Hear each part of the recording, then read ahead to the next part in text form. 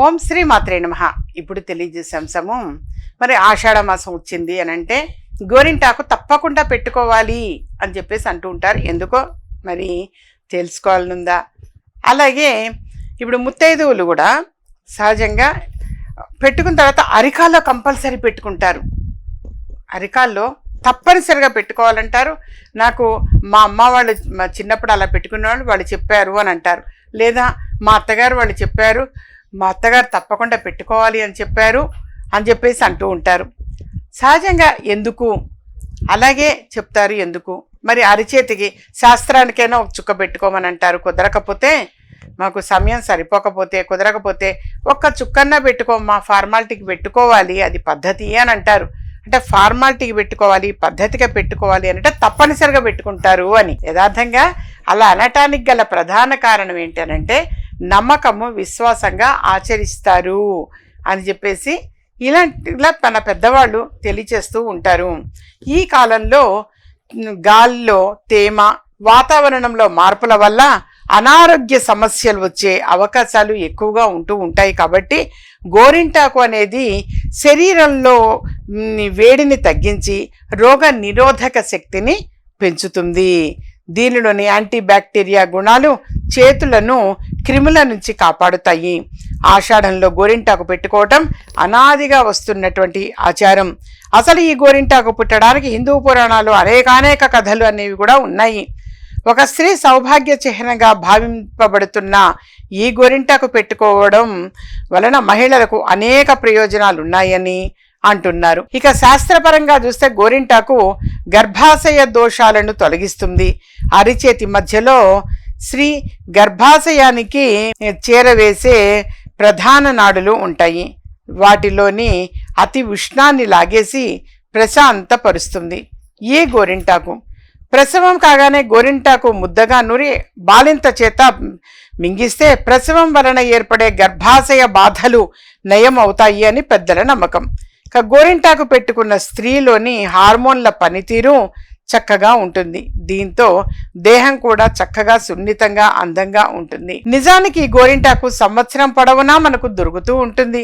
మిగతా సమయాల్లో పెట్టుకునే గోరింటాకును ఈ ఆషాఢ మాసంలో పెట్టుకునే దానికి ఎంతో తేడా ఉంది.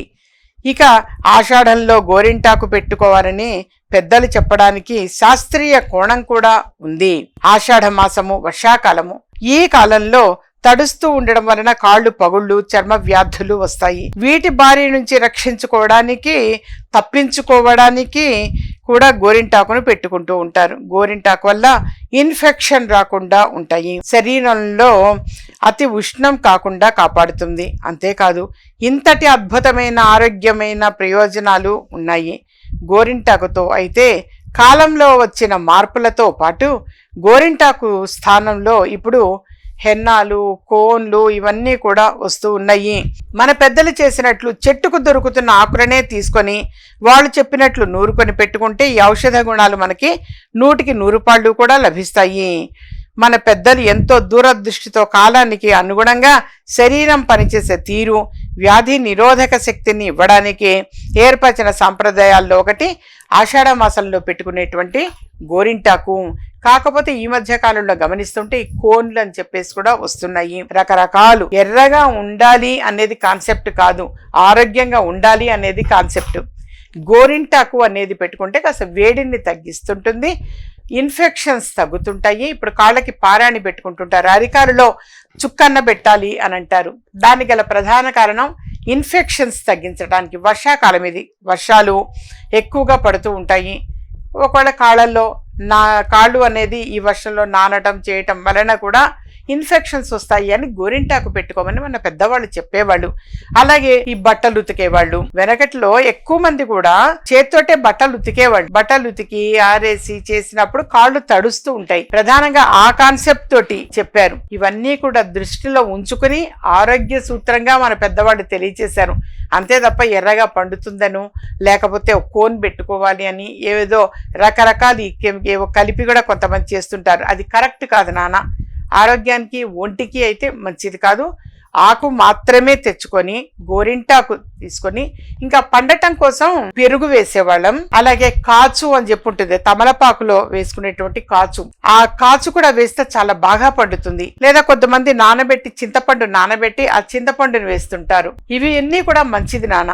లేదా నిమ్మరసం పిండేవాళ్ళు, మొత్తం కంప్లీట్ అయ్యాక రుబ్బిన తర్వాత కాస్త నిమ్మరసం పిండేవాళ్ళు. ఆ విధంగా చేస్తానంటే ఎర్రదనం కోసము అని చెప్పేసి, బాగా ఎర్రగా పండటం కోసం అని చెప్పేసి ఇలా చేసేవాళ్ళు. అంతే తప్పించి ఆకు అనేటువంటిది మస్ట్, తప్పనిసరిగా గోరింటాకు అంటే ఆకే పెట్టుకోవాలి. పెళ్లిళ్ళప్పుడు కూడా పెళ్లి కూతుర్ని చేసినప్పుడు అనేది కోన్లు పెడుతున్నారు, కానీ వాస్తవంగా ఆకు పెట్టడం సాంప్రదాయము, మంచిది కూడా.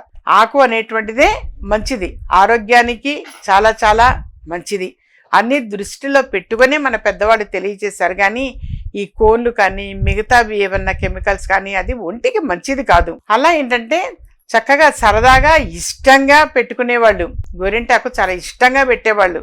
ఇలా పెట్టడం అనేది ఆషాఢ మాసంలో అలా మరి గోరింటాకు పెట్టుకోవడం వల్ల విశిష్టత, విశేషము అనేది అది. ఎవరికైనా సరే ఎటువంటి సమస్యలు ఉన్నా సరే, సమస్యల చక్కని పరిష్కారం కోసం అని చెప్పేసి అపాయింట్మెంట్ తీసుకొని కలవచ్చు నాన్న. ఎటువంటి సమస్యకైనా సరే పరిష్కారము అనేది ఉంటుంది. అది పరిష్కారం లేని సమస్య అనేది ఎప్పుడు కూడా ఉండదు. ఉద్యోగ విషయం కావచ్చు, విద్య విషయం కావచ్చు, వివాహం కానీ, చక్కని సంతానం కలగటం, లేదా సంతానం లేట్ అవుతుంది అన్నవాళ్ళు కావచ్చు, అలాగే విదేశం వెళ్ళాలి అనుకున్న వాళ్ళు, సొంత ఇల్లు నిర్మించుకోవాలనుకునే వాళ్ళు కావచ్చు, డబ్బులు బయట ఆగిపోయినాయి తిరిగి రావాలి అనేవాళ్ళు కావచ్చు, అనేకానేక సమస్యలతోటి బయటికి చెప్పుకునే సమస్యలతో బాధపడుతుంటారు, కోర్టు సమస్యలతో కూడా సఫర్ అవుతూ ఉంటారు. ఎప్పుడైనా వ్యక్తిగతంగా అపాయింట్మెంట్ తీసుకుని కలవండి నాన్న. ఎటువంటి సమస్యకైనా చక్కని పరిష్కారము అనేది మాత్రం అమ్మవారి అనుగ్రహం వలన తెలియచేయటము అనేది జరుగుతుంది. ముందుగా ఫోన్ చేసి ఏ సమయానికి రమ్మంటారో ఆ సమయానికి మీరు కలవటానికి ప్రయత్నం చేయండి.